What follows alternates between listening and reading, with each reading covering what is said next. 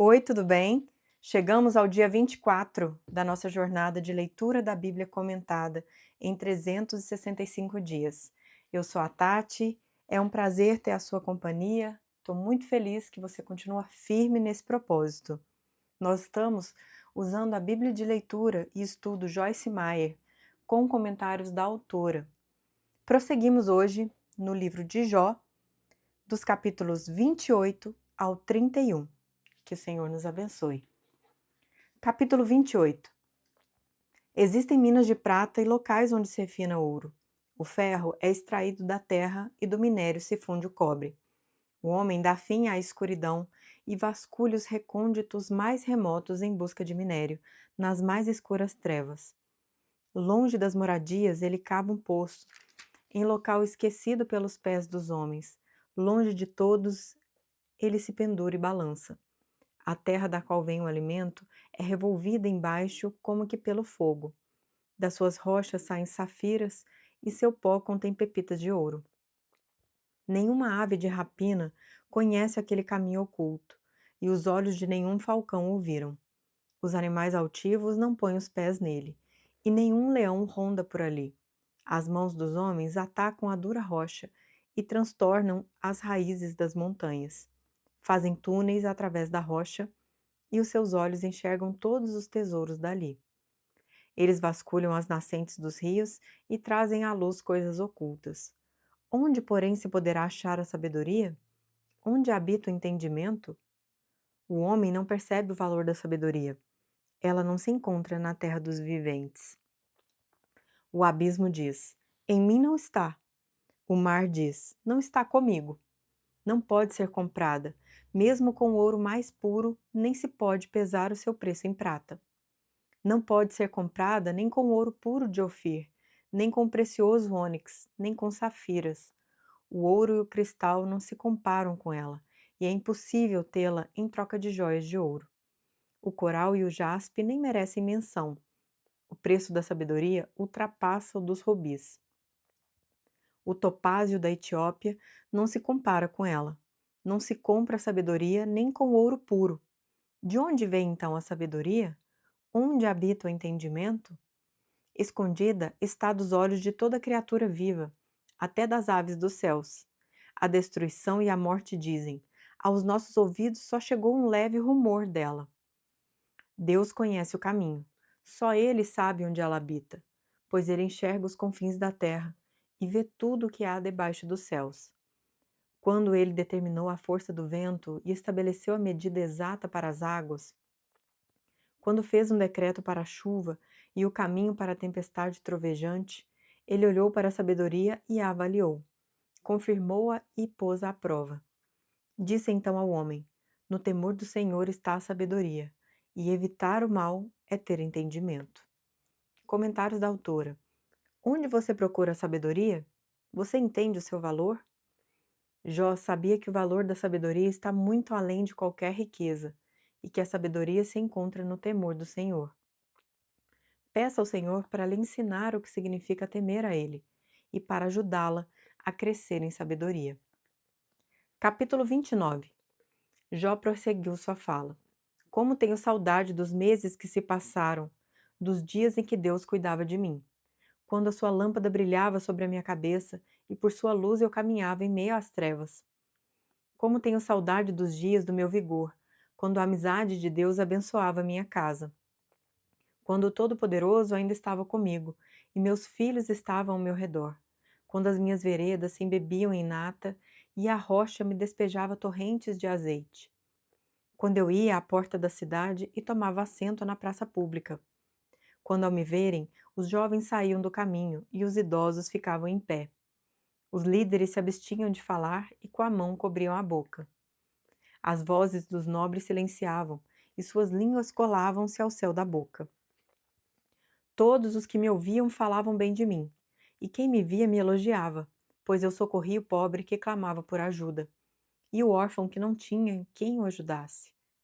O que estava à beira da morte me abençoava, e eu fazia regozijar-se o coração da viúva. A retidão era a minha roupa, a justiça era o meu manto e o meu turbante.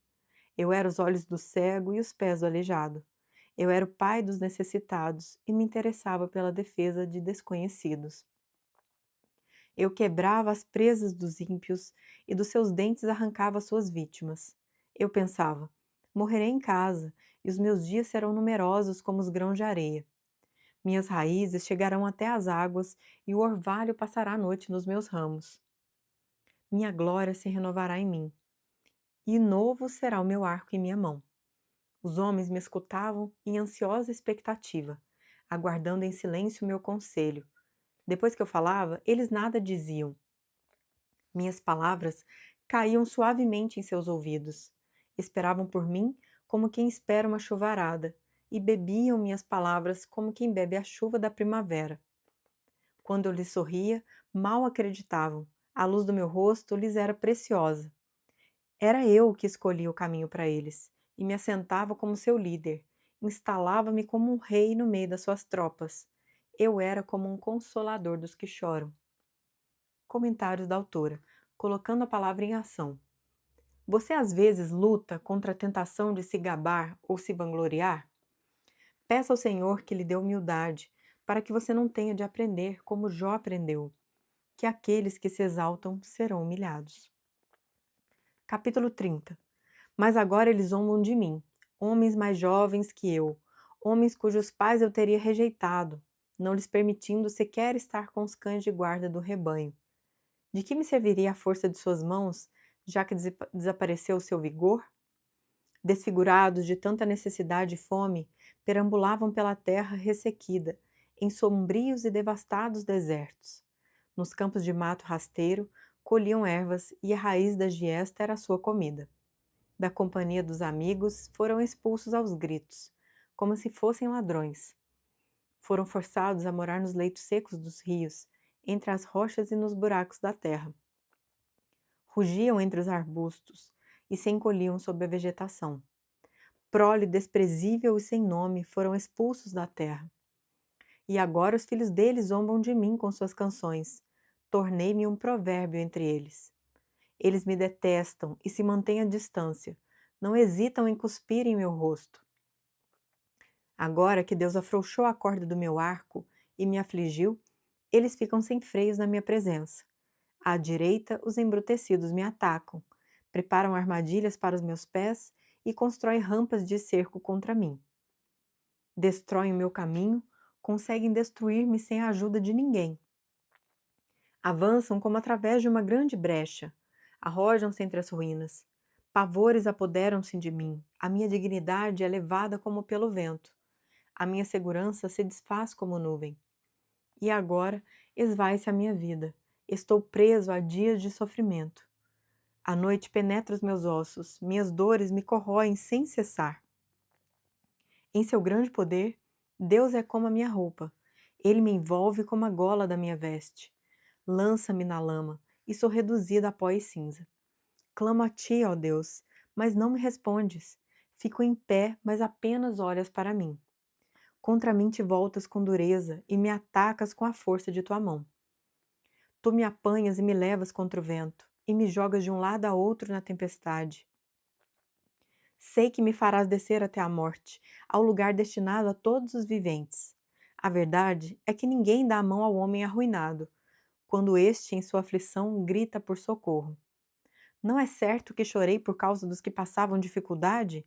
E que a minha alma se entristeceu por causa dos pobres? Mesmo assim, quando eu esperava o bem, veio o mal. Quando eu procurava luz, vieram trevas. Nunca para a agitação dentro de mim. Dias de sofrimento me confrontam. Perambulo escurecido, mas não pelo sol. Levanto-me na assembleia e clamo por ajuda. Tornei-me irmão dos chacais, companheiro das corujas. Minha pele escurece e cai. Meu corpo queima de febre. Minha harpa está afinada para cantos fúnebres e minha flauta para o som de pranto. Capítulo 31. Fiz acordo com os meus olhos de não olhar com cobiça para as moças. Pois qual é a porção que o homem recebe de Deus lá de cima? Qual a sua herança do Todo-Poderoso, que habita nas alturas? Não é ruína para os ímpios, desgraças para os que fazem o mal? Não vê ele os meus caminhos e não considera cada um de meus passos? Se me conduzi com falsidade, ou meus pés se apressaram em enganar, Deus me pesa em balança justa e saberá que não tenho culpa. Se meus passos desviaram-se do caminho, se o meu coração foi conduzido por meus olhos, ou se minhas mãos foram contaminadas, que outros comam o que semeei, e que as minhas plantações sejam arrancadas pelas raízes. Se o meu coração foi seduzido por mulher, ou se fiquei à espreita junto à porta do meu próximo, que a minha esposa moa cereal de outro homem, e que outros durmam com ela, pois fazê-lo seria vergonhoso, crime merecedor de julgamento. Isso é um fogo que consome até a destruição. Teria extirpado a minha colheita. Se neguei justiça aos meus servos e servas quando reclamaram contra mim, que farei quando Deus me confrontar? Que responderei quando chamado a prestar contas? Aquele que me fez no ventre materno não os fez também? Não foi ele que nos formou, a mim e a eles, no interior de nossas mães? Se não atendi os desejos do pobre, ou se fatiguei os olhos da viúva, se comi meu pão sozinho, sem compartilhá-lo com o órfão, sendo que desde a minha juventude o criei como se fosse seu pai, e desde o nascimento guiei a viúva, se vi alguém morrendo por falta de roupa, ou um necessitado sem cobertor, e o seu coração não me abençoou porque eu aqueci com a lã de minhas ovelhas, se levantei a mão contra o órfão, ciente da minha influência no tribunal, que o meu braço descaia do ombro e se quebre nas juntas, pois eu tinha medo que Deus me destruísse, e temendo o seu esplendor, não podia fazer tais coisas. Se pus no ouro a minha confiança e disse ao ouro puro: Você é a minha garantia. Se me regozijei por ter grande riqueza, pela fortuna que as minhas mãos obtiveram, se contemplei o sol em seu fulgor e a lua a mover-se esplêndida, e em segredo meu coração foi seduzido, e a minha mão lhes ofereceu beijos de veneração, esses também seriam pecados merecedores de condenação, pois eu teria sido infiel a Deus que está nas alturas. Se a desgraça do meu inimigo me alegrou, ou se os problemas que teve me deram prazer, eu, que nunca deixei minha boca pecar, lançando maldição sobre ele, se os que moram em minha casa nunca tivessem dito: Quem não recebeu de Jó um pedaço de carne?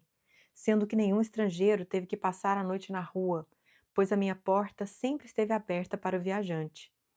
Se escondi o meu pecado como outros fazem, acobertando no coração a minha culpa, com tanto medo da multidão e do desprezo dos familiares que me calei e não saí de casa. Ah, se alguém me ouvisse! Agora assino a minha defesa. Que o Todo-Poderoso me responda, que o meu acusador faça denúncia por escrito. Eu bem sei que a levaria nos ombros e a usaria como coroa. Eu lhe falaria sobre todos os meus passos, como um príncipe eu me aproximaria dele.